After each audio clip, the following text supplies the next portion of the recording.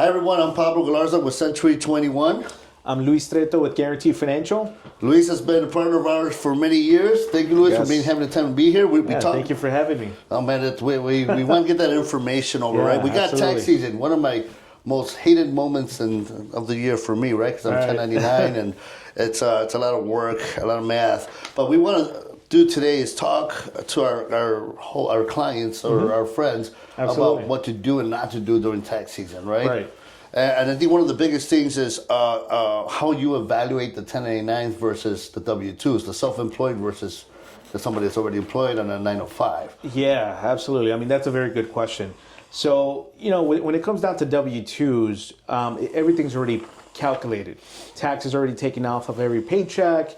At the end of the year, your W-2 comes out to a certain number, and we know how much money you make, right? So when it comes down to buying a house, if you're a W-2 employee and that's all you don't have any real estate, you don't have any investments, any self-employed businesses. In most cases, when it comes down to buying a house, you don't even need a tax return. We can submit your loan, get your loan approved with just a W-2. Now, what is your biggest problem with the W-2s? Is that the credit part of this? Not necessarily the credit. I think the biggest issue is that if you do have multiple jobs, we need a W-2 for every job, right? So let's say that, you're a union worker and you had 9 different companies in the last 2 years.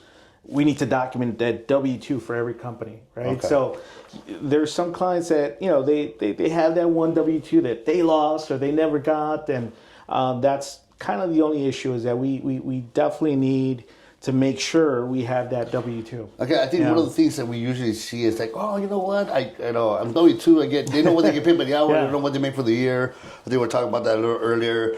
But they like to co-sign for people, or they see that the credit cards go to over that 50% limits. Exactly. What's your recommendation going into this tax season? These W-2s are going to get their tax returns. We want them to buy a house. What's the advice you want to give them? When you get your W-2s, a lot of people don't know this, or a lot of people, I don't know, maybe are misinformed. But if you work hourly rate and a lot of overtime or bonus income or commission income, it's not broken down on your W-2. Okay. So a lot of times it's like, I make a lot of overtime. It's listed on my W-2. It's not. Right. So your W-2 just tells us how much money you made as a whole. It does not break it down. So if you're buying a house and you're getting a lot of bonus, commission, overtime, definitely keep your last pay stub for the month of December. On your pay stub is going to show me how much income you made in base income, how much income you made in commission, how much income you made in overtime, or any bonuses, right?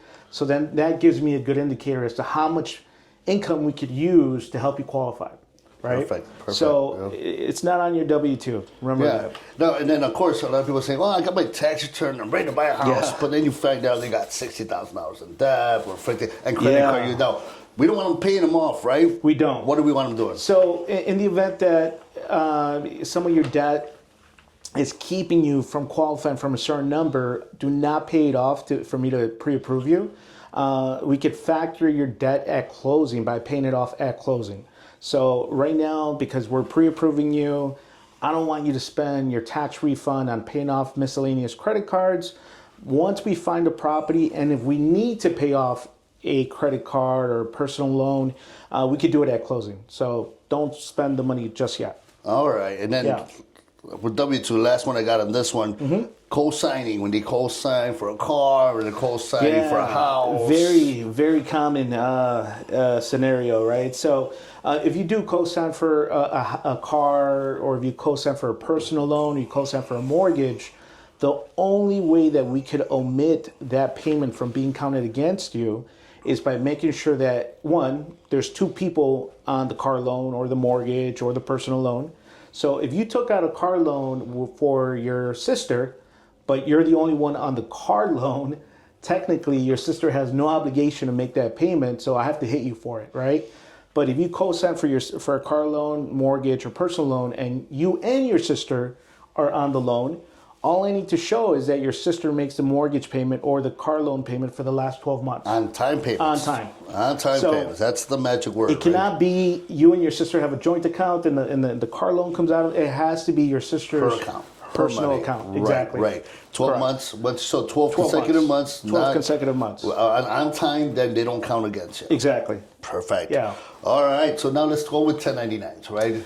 The Our best favorites. part of tax season, 1099s, right? Everybody's an expert here. Yeah. There you go. All right. Let's. Yeah. So we're self-employed. We make $300,000. Right. Let's put a number.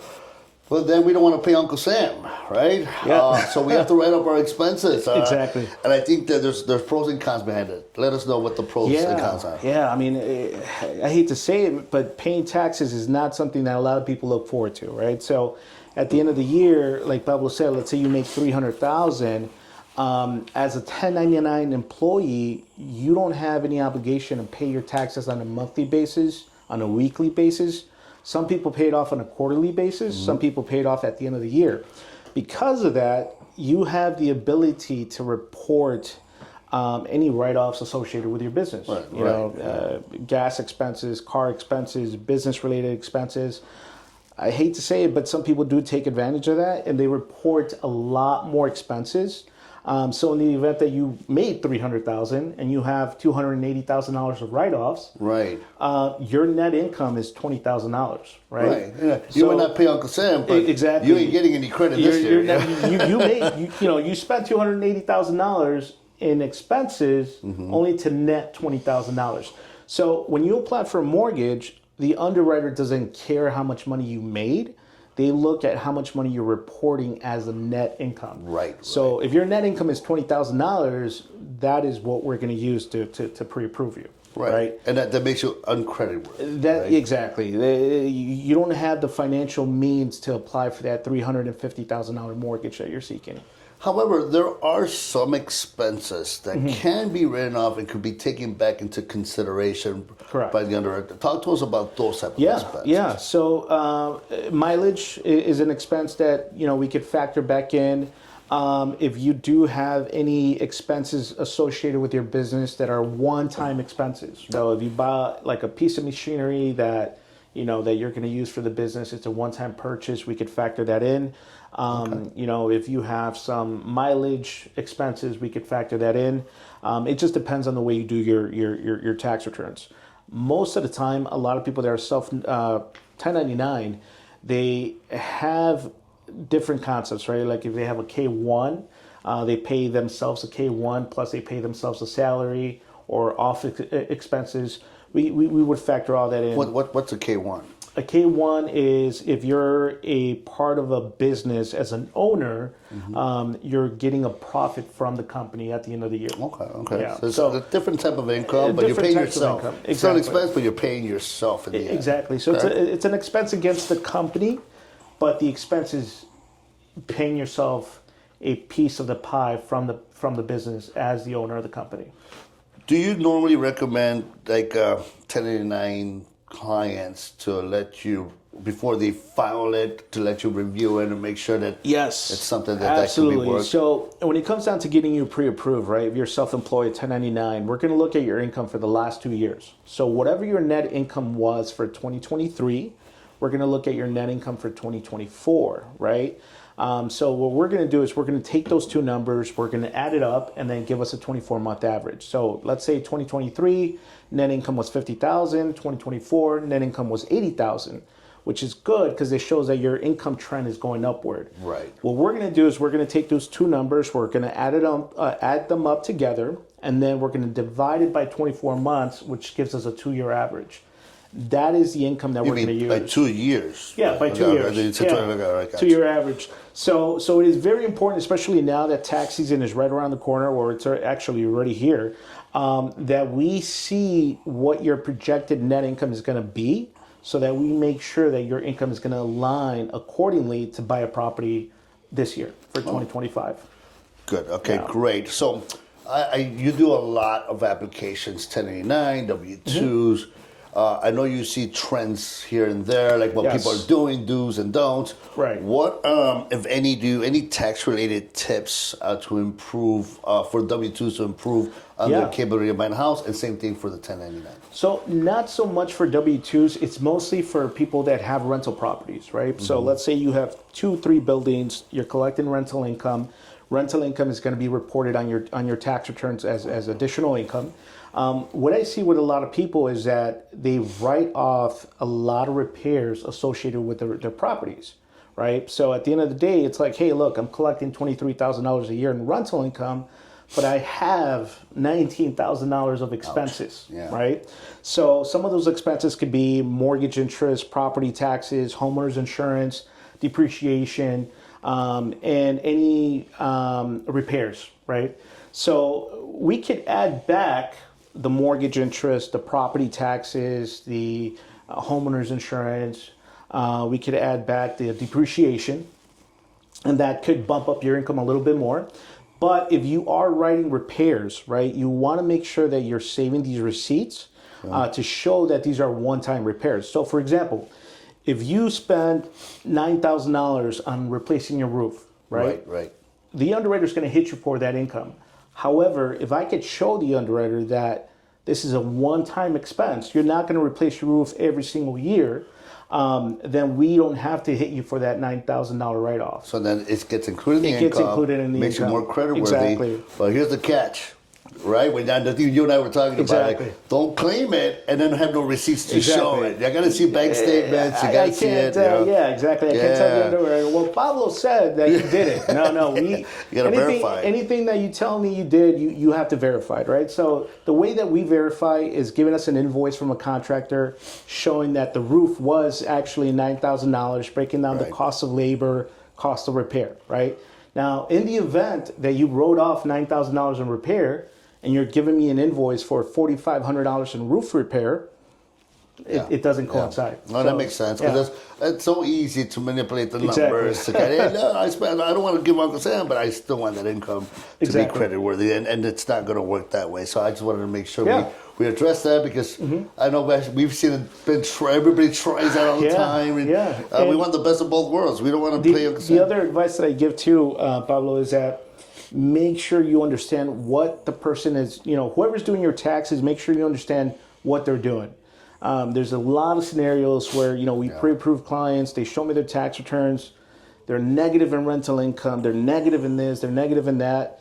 When I start asking the questions, they have no idea why, but then they don't know what their accountant did, or they don't know why they reported negative when they're actually collecting the money. Well, and then Yeah. you and I both know they went. I don't want to pay taxes. I want to get some credit. I want to get money back. Exactly. And then the consul, okay, if you want money back, here's what we're going to do. And then, Exactly. why did you do that? I don't know. He just did it. Well, no, Yeah. we know what happened. Yeah, you're never gonna take a medicine from a doctor without asking the why, right? Yeah, exactly. So same thing with an accountant. You're never gonna sign off on that unless you know why they're doing that, and you have to be okay with it. Otherwise, your name's on there.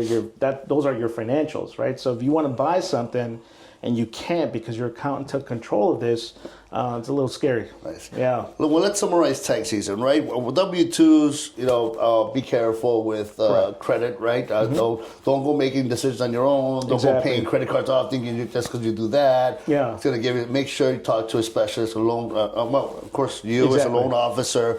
And then you can look at these tax returns before and make sure, or you can look Yeah. at their credit report and then decide Yeah, what's the best. we have to make sure before you file your taxes, create a game plan with your loan officer, with your realtor, know what type of price point you're looking to buy. Let's put these numbers together, how much income you need to report, avoid any unnecessary write-offs. Mm-hmm. And, you have to bite the bullet to report that additional income to make it work, right? But if you don't ask, you don't know. If you don't know, you might not be able to buy a house. And then you don't want to assume. You know what assume does, right? Yeah. Makes an ass of Yeah. you and me, and the next thing you know, we got to wait another year. Exactly. All right. Well, thank you, Louis. I really appreciate All right. that. I think Yeah. that kind of sums it up. We wanted to make sure we get some information out there. If there's any other questions you guys would like us to address in the future podcast coming up, by all means, send us an email to galarzateam@gmail.com with questions you'd like to see us address, and then we'll be more than happy to do this again. and bring in some more information as the months go on. Thank you again for coming. I appreciate it, brother. Absolutely. It was a pleasure. Yeah, All right. Let's absolutely. get back.